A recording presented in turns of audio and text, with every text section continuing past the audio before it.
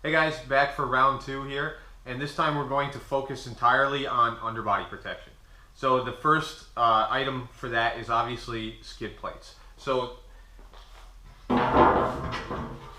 this is what I have for this car. This is a Primitive Racing skid plate. This is a 3/16 inch skid plate, and this covers pretty much everything under the front end. This goes all the way from the radiator support back through behind the subframe mounts where you'd actually jack from on the cross member. And so the minimum thickness you really want for Rallycross is going to be about an 1/8 inch thick. Some people get away with stop signs and they contour themselves nicely to the underbody components after a couple of events. And you can see on this piece here, even being 3/16 thick, I've still got some damage after just a few events. It's already starting to buckle and contour, and I'm going to have to try and straighten that out in the press. For the rear here, this is an all-wheel drive car, so I've got a rear differential cover. This is also a 3/16 cover, and this is, again, bent after just a couple of events too, so I'm going to have to take that off and straighten that. If these were 1/8 inch, they'd be totally destroyed already.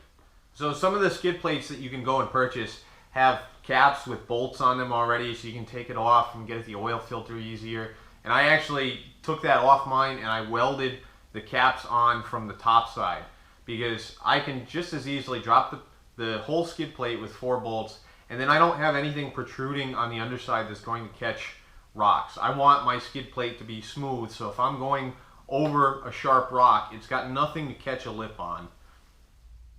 Here's just a side angle of that 3/16 inch thick skid plate on the rear differential, and you can see we've got a heck of a whoop in that already, and we've custom clearanced our exhaust in the rear as well. Luckily it's only a 2.5 Subaru, so this doesn't matter at all. It still makes 90 horsepower on a good day. So beyond skid plates, what do we want to do to protect the underbody? Well, in ARA Rally, there's a rule actually that you have to have something protecting the bottom of the gas tank. So the gas tank on this car is located here, and I've got some plastic already on here.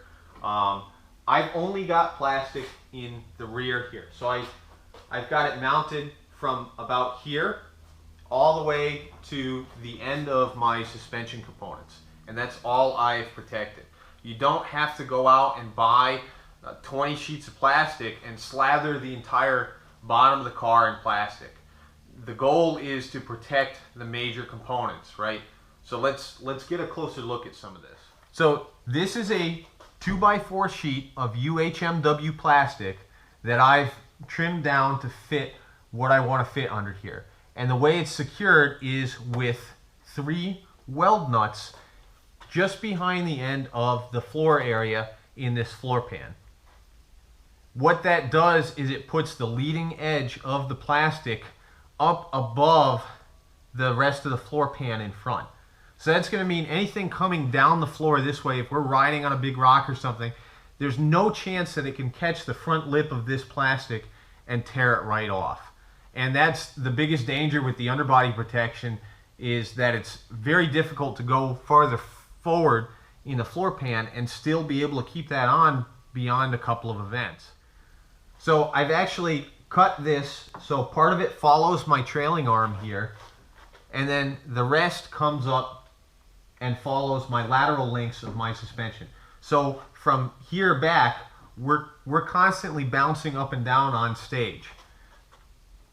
I've got zip ties. There's actually double zip ties securing this to the lateral links, and the trailing arm one, beyond some zip ties in the front, is just left to float. So there's significant amount of play in these zip ties, and that'll allow you the range of motion you need without snapping the zip ties on the first bump. And this works very well. One of the problems we do have with this is I've got a gully right here below the gas tank, and that's just how it worked out with how I mounted these panels. But what that means is I have the same problem that we solved in the front with the oil pan. We talked about it in part 1, where we had foam in between the pan and the skid plate. And here we have the same problem where now we're allowing rocks to sit in this gully. You get small stones in between the plastic and the gas tank if you're really sideways with the car and pushing it through the loose stuff. So this is something that you need to check and watch, because they'll chew right through the bottom of your gas tank if you're not getting those out and clearing them at service. So some people mount these pieces of plastic entirely with zip ties. They'll actually drill along the pinch weld seam on the outside and then zip tie it to something on the inside. I don't like doing that because I paid a lot for this piece of plastic. I don't want to lose it if I can. I spent a lot of time trimming it. So that's why I use bolts in the front. And so far that's worked very well with very large fender washers, so that the plastic can't just tear right through the bolt head very easily and get sucked off out of the back. Here's just another angle of how the front edge of that underbody protection is terminated and how it's up above that final dip in the floor. So I kind of planned for the future here in that there's a bunch of weld nuts over the entire underbody of this car. So if I wanted to go and put front protection on here, I can do that and it can all be bolted instead of zip tied. But I actually haven't done that because I don't have a good way to terminate the front edge of that underbody protection. And I don't want to just waste those sheets because I'm not the owner of a Hobby Lobby and I can't just go out and get those sheets without spending a fair chunk of change. I just wanted to show very briefly what this looks like on the top side and where it terminates in the back. And the idea here is you're not going to actually cover everything. This is trimmed away from the exhaust, obviously, so it won't melt.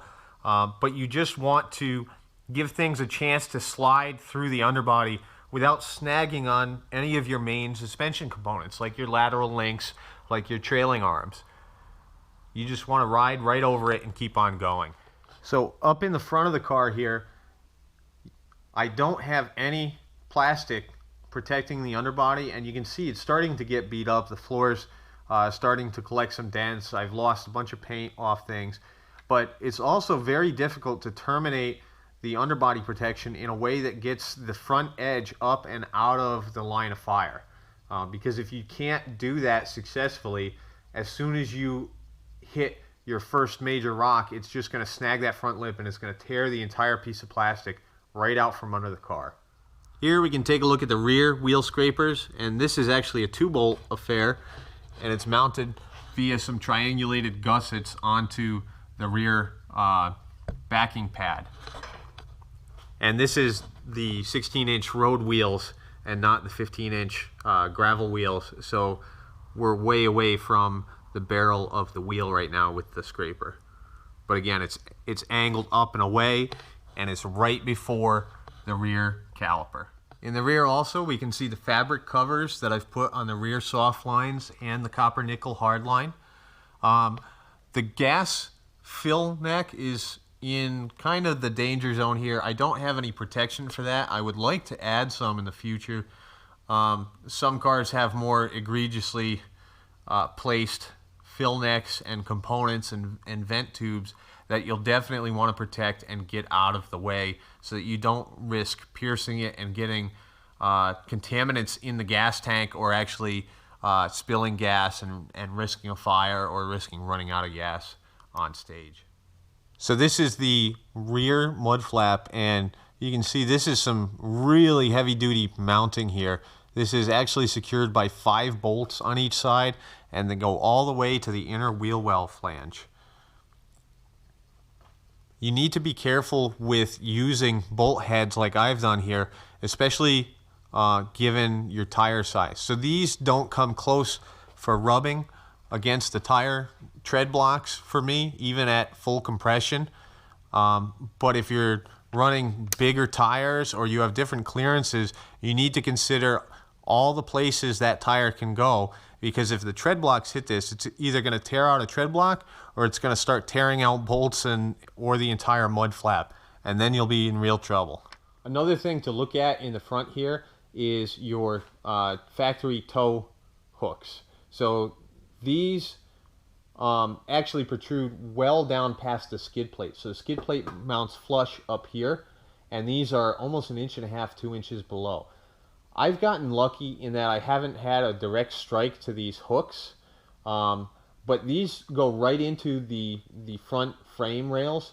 So what a lot of people do is they chop these off flush, and they actually weld a toe strap or hook farther up on the bumper beam, and that is preemptively preventing any damage that could be caused by smashing a rock straight into one of these hooks at speed.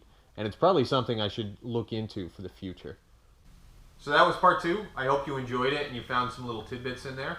In part 3, we'll start taking a look at engine bay and interior. But until then, have fun.